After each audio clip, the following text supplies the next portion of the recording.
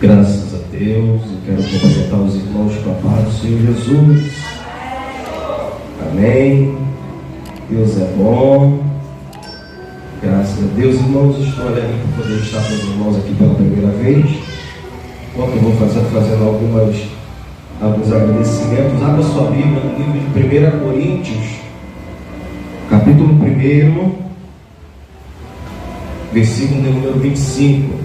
Quero louvar a Deus, querido, pela vida do meu amigo pastor Alessandro, este grande homem de Deus que eu tenho o prazer, irmão, de não conhecer apenas 1 nem 2 anos, mas mais de 10 anos a gente tem amizade, né? Que a gente tem sempre mantido aí essa amizade constante.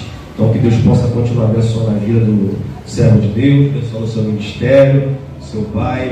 É uma das maiores alegrias. Até eu falei para o Livingstone, eu falei, Livingstone, deve ser muito bom ter um pai do lado, né, como referência. E quando eu vejo esses meus amigos que tem os pais do lado ali auxiliando ele, eu fico muito alegre. Eu falo, hoje ainda não posso ter, mas um dia eu sei que vai chegar esse meu dia em que eu olharei para o meu lado e estarei com o meu pai também do meu lado. Amém? Queridos irmãos, que Deus possa continuar abençoando a sua vida, abençoando a vida da esposa do pastor Alessandro, da Lita e a todo esse ministério. Amém? Vamos estar abrindo nossa Bíblia então, o livro que nós vamos estar lendo na noite desse dia. Primeira carta ao Coríntios, capítulo 1, a partir do versículo de número 25. Quem encontrou, diga amém. E diz assim a palavra do Senhor: porque a loucura de Deus é mais sábia do que a dos homens, e a fraqueza de Deus é mais forte do que os homens.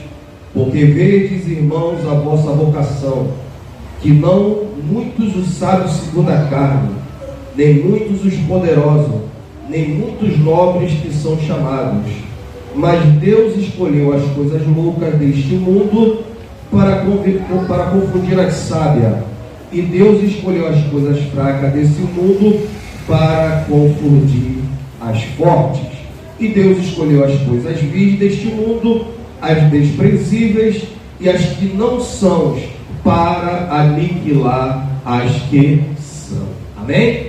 Pode se assentar em nome do Senhor Jesus. Glória a Deus. Se puder só aumentar um pouquinho só a voz. Amém? Queridos, estamos em culto da família. E o texto que nós acabamos de ler, nós vamos ver que quem escreve o livro de 1 Coríntios é o apóstolo Paulo. Paulo vai escrever cerca de 13 cartas do Novo Testamento. É interessante que no capítulo 1, o início da carta de 1 Coríntios, Paulo ele faz questão de mencionar a loucura que foi usada por Deus para manifestar a salvação aos homens.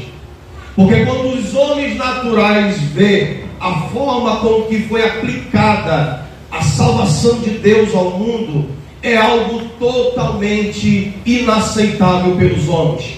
Porque como é que pode Deus fazer a maneira que Ele fez, como está registrado no livro de João, capítulo de número 3, versículo de número 16, aonde a Bíblia vai dizer que Deus amou o mundo de tal maneira que Ele deu seu Filho por amor ao homem, para que eles não fossem condenados pelos seus pecados.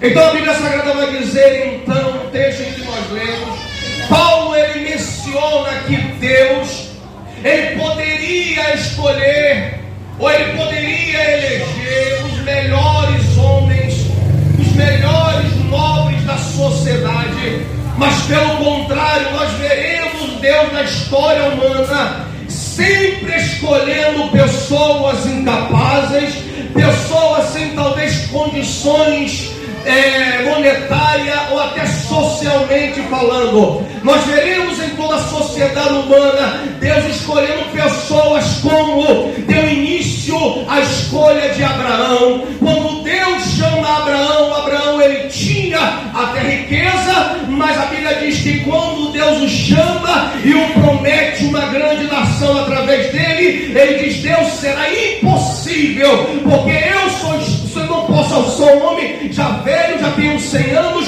e a minha mulher já passou do período que ela poderia engravidar. Ou seja, é algo impossível de acontecer. Só que Deus diz para ele: eu não trabalho nas condições humanas, porque eu sou o Deus Todo-Poderoso, e nada para mim é impossível aquele que acredita na minha palavra.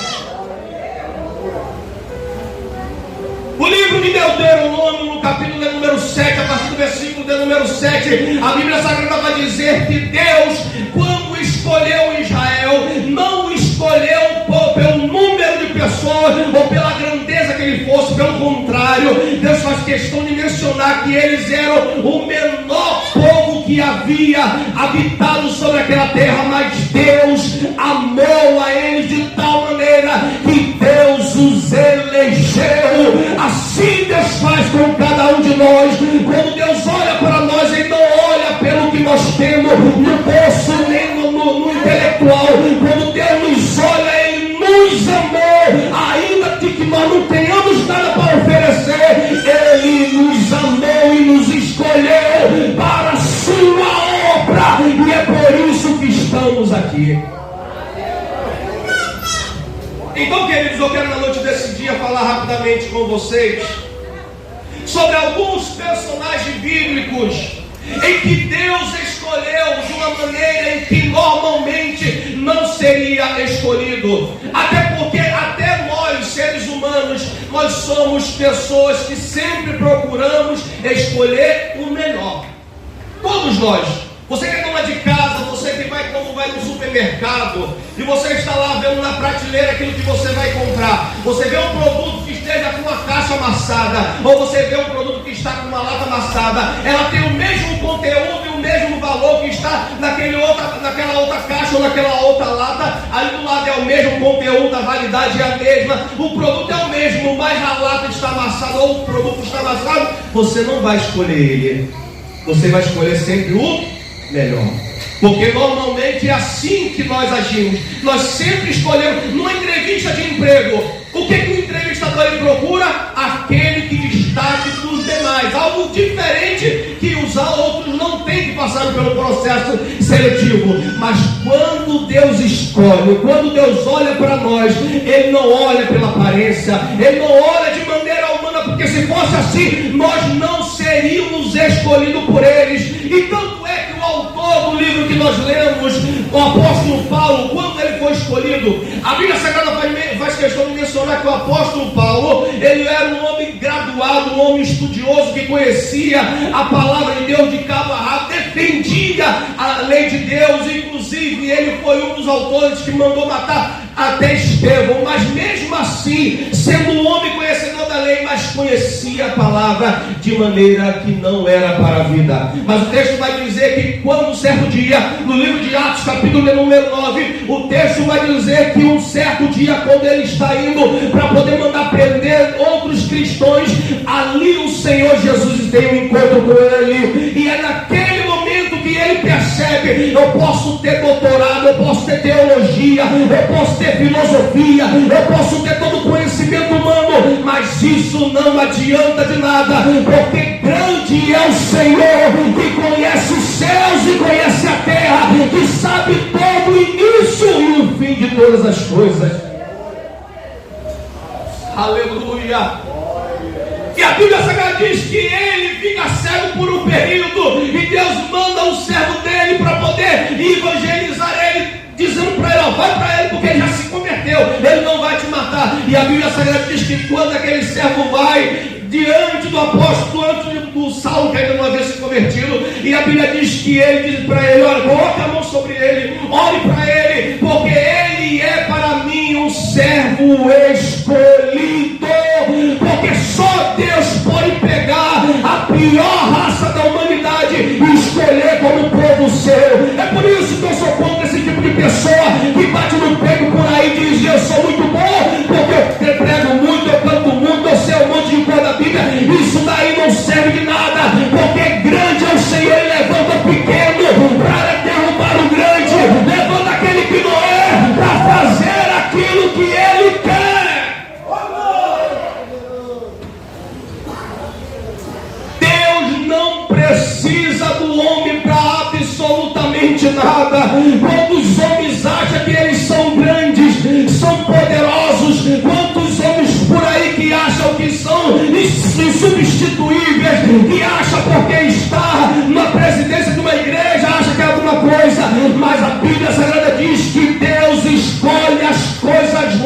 do mundo para confundir aquela condição. Os homens podem conhecer as letras, mas Deus é que conhece o Espírito, e Ele levanta homens e mulheres que às vezes até não sabem falar o português direito, que até não sabem falar muito bem as palavras, tem dificuldade de aprender, mas o Senhor diz que quando eu e você colocamos o joelho, Ele se inclina para ouvir o teu clamor.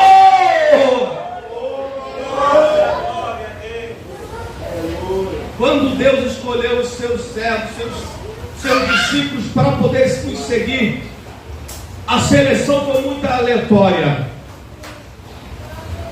Ele chama Mateus, que era um cobrador de imposto, odiado pelos judeus, considerado um traidor. Ele escolhe um homem completamente sem estudo, ignorante, de difícil fala, como Pedro. Mas Deus, Ele é como uma água que Ele bate na pedra e com muita paciência Ele lapida a rocha da maneira que Ele quer. Não adianta que os homens jamais conseguirão mudar o outro.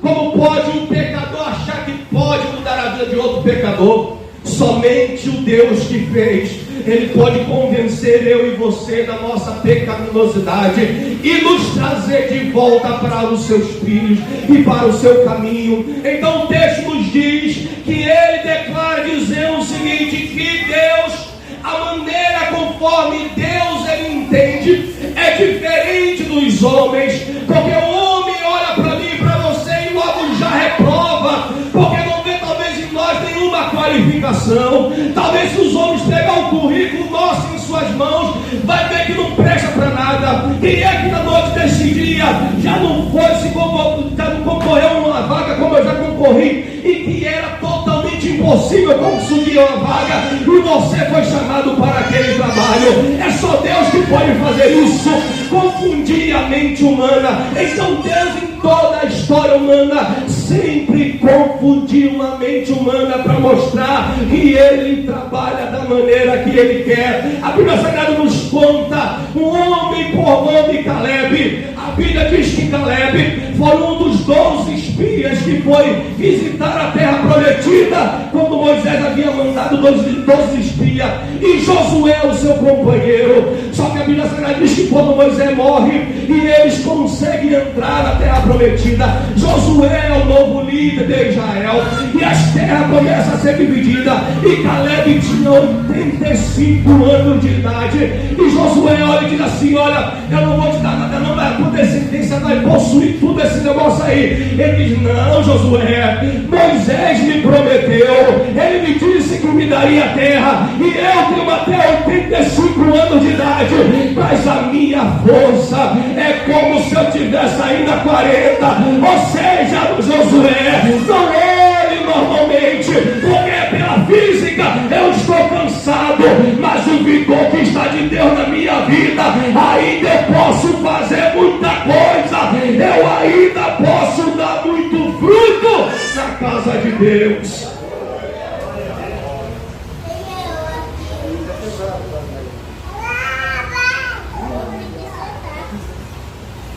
Talvez as pessoas olhem assim para você que já tem a cabeça branca e dizem assim: deixa ela quietinha, porque ela já está praticamente aposentada, deixa ela quietinha no lugar dela. Só que como Deus falou com Caleb, diga: reivindique o seu direito, porque você tem direito à herança, você tem muito ainda para fazer a minha obra. Querido irmão, Deus está dizendo para mim e para você nessa noite: a obra ainda precisa de soldados que se levante e diga: Senhor, eu posso estar sem muita força, eu posso estar fraquinho, mas ainda eu estou disposto a guerrear para o teu nome ser exaltado. O segundo homem, a Bíblia diz que o nome dele é Eude, e a história desse homem encontra-se no livro de Juízes. A Bíblia diz que um inimigo se levanta contra Israel, e esse inimigo era rei dos Moabitas. É interessante que a Bíblia diz que este homem tinha algo que destacava ele dos demais e também trazia desprezo dos demais, porque esse homem, ele era canhoto, a sua mão direita era deficiente, e naquela época quem tinha a mão direita defeituosa não poderia ser soldado. Então este homem era desprezado pelo seu povo, ninguém confiava que aquele homem poderia servir para alguma coisa, mas aquele homem aproveitou aquilo que era desprezo para as pessoas e transformou em uma grande ferramenta. Ele pega um punhal, coloca dentro da sua balia e vai em direção ao rei Moabita e diz: olha, eu quero falar alguma coisa para você. E o soldado tem que impedir ele diz: pode deixar ele entrar, porque não é perigo nenhum, porque ele é canhoto. Olha a mãozinha dele aí, é atrofiada, não tem perigo nenhum. Só que o texto diz que quando Eude está sozinho com o rei Moabita, ele não perde tempo, irmão. Ele puxa um punhal de dentro da sua calça, enfia na barriga do rei, e o rei morre na mesma hora. Porque é assim que Deus faz. Quem olha desprezando eu e você por alguma limitação, não entende que a tua fraqueza é a ferramenta que Deus vai usar, é aquilo que Deus vai usar para mostrar que o nome dele vai ser glorificado.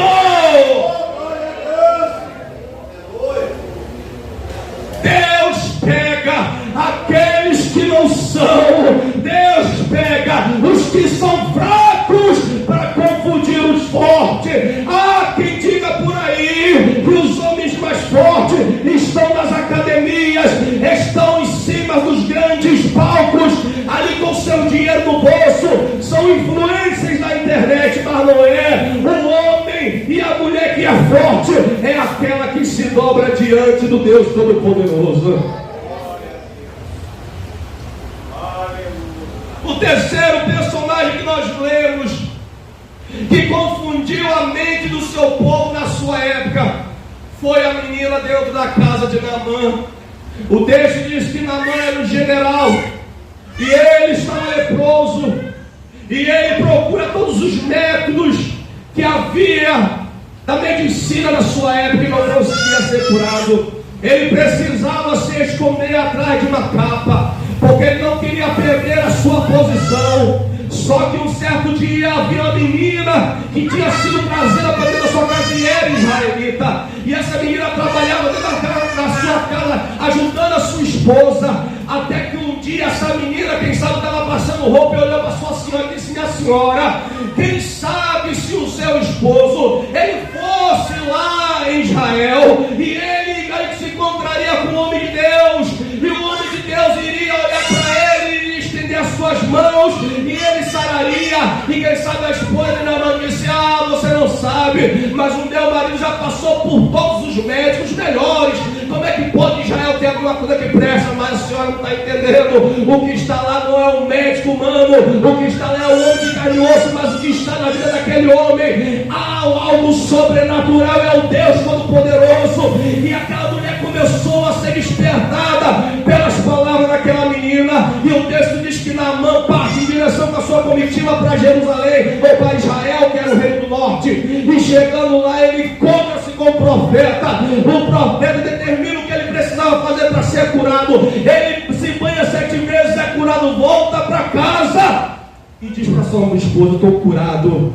E é interessante, querido, que essa menina, mesmo estando aprisionada, ela poderia dizer assim: eu não quero saber de nada, o problema é se eu morra por ter me tirado da terra da minha família, ter me raptado da minha família, eu não estou nem aí. Mas ela disse: não, eu não vou me calar, eu vou falar sobre esse Deus, eu vou falar o que Ele é capaz de fazer, porque não importa a cadeia, a prisão que você esteja, mas se Deus está na sua vida, qualquer lugar e situação, você tem necessidade de falar desse Deus maravilhoso, que muda a história e que muda o cativeiro. Crente que ele está no meio da sociedade e ele não tem prazer de falar de Jesus, pode ser um monte de coisa, mas crente você não é, porque crente de verdade tem necessidade de falar de Jesus Cristo.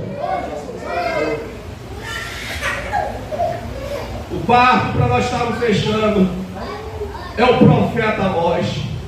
O profeta Amós, ele era boiadeiro, lavrava a terra. Era um homem que provavelmente não teve muito tempo para estudar. Era um homem que aprendeu na base da experiência. Era um homem que não tinha intelectualidade, não frequentou escola, não foi nas aulas de Pentateuco, não estudou nada disso. Mas era um homem que, quando Deus o chamou, ele disse assim: fica para ir terra, fica para ir boi, fica para ir tudo, porque agora eu vou fazer aquilo que o Senhor me chamou para fazer. E infelizmente, querido, muitas das vezes, quando Deus nos chama para fazer a obra dele, nós sempre colocamos empecilho à frente, nós sempre queremos dar alguma desculpa, nós sempre queremos dar alguma limitação. Só que eu e você nessa noite possamos colocar em prática que nem ouro, nem prata, nada disso é mais importante do que cumprir o chamado que Deus nos vocacionou.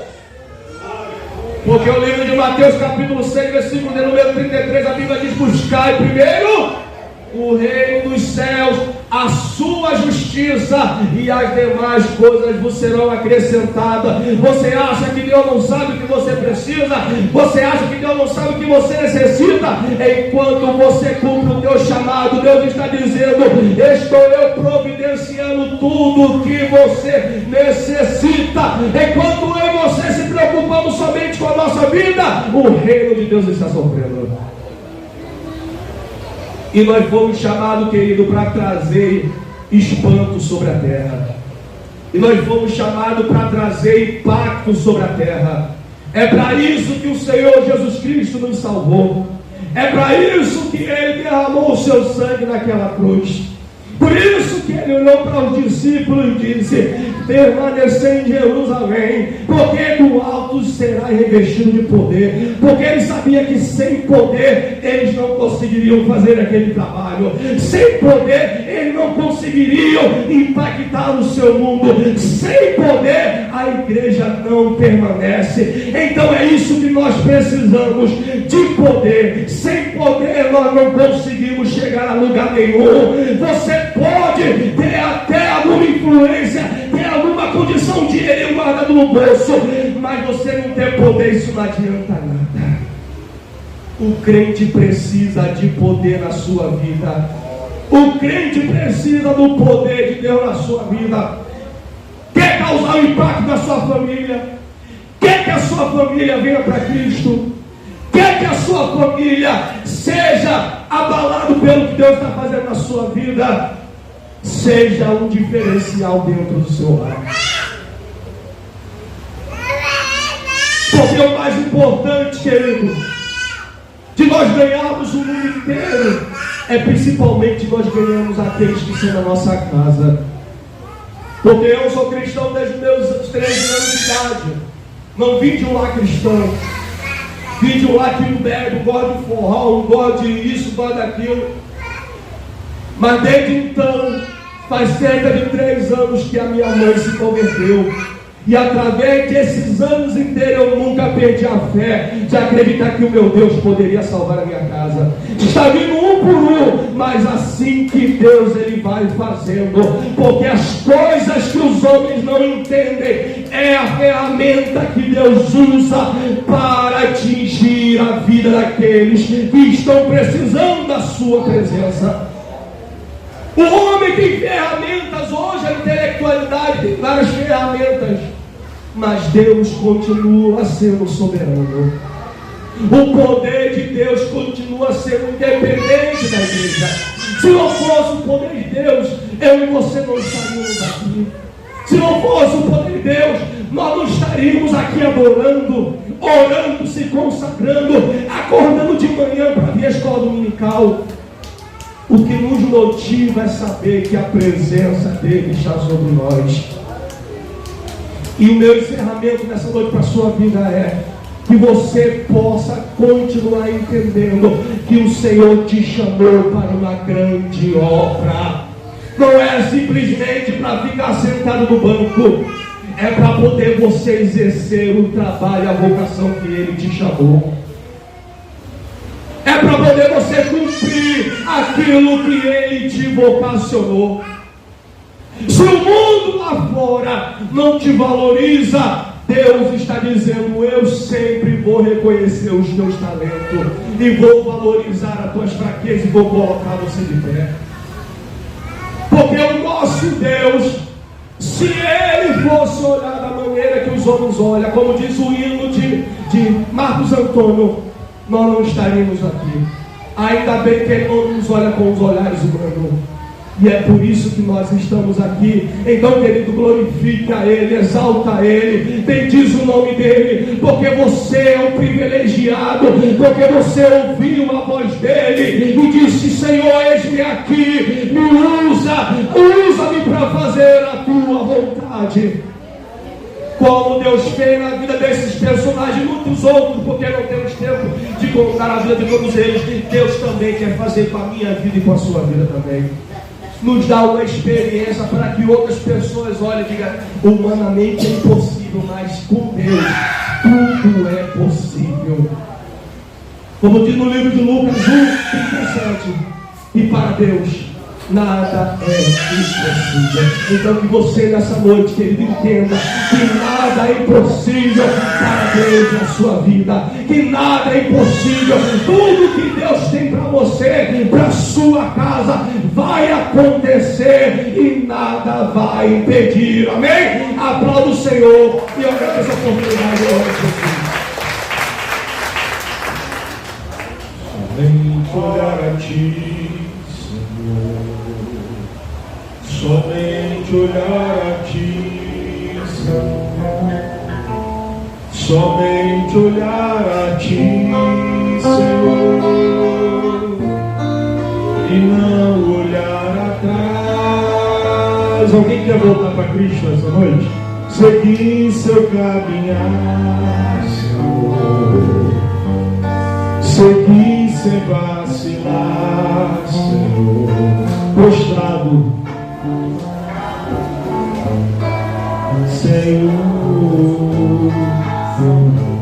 Irmão, tem alguém essa noite que quer colocar sua família no altar de Deus? Quer voltar para Jesus? Quer receber Jesus na sua vida? Alguém? Alguém quer receber a Cristo na sua vida? E recebendo a Cristo, você coloca toda a sua família no altar de Deus. Tem alguém? Todos são salvos? Os salvos digam amém. Então todos são salvos. Irmãos, essa semana nós teremos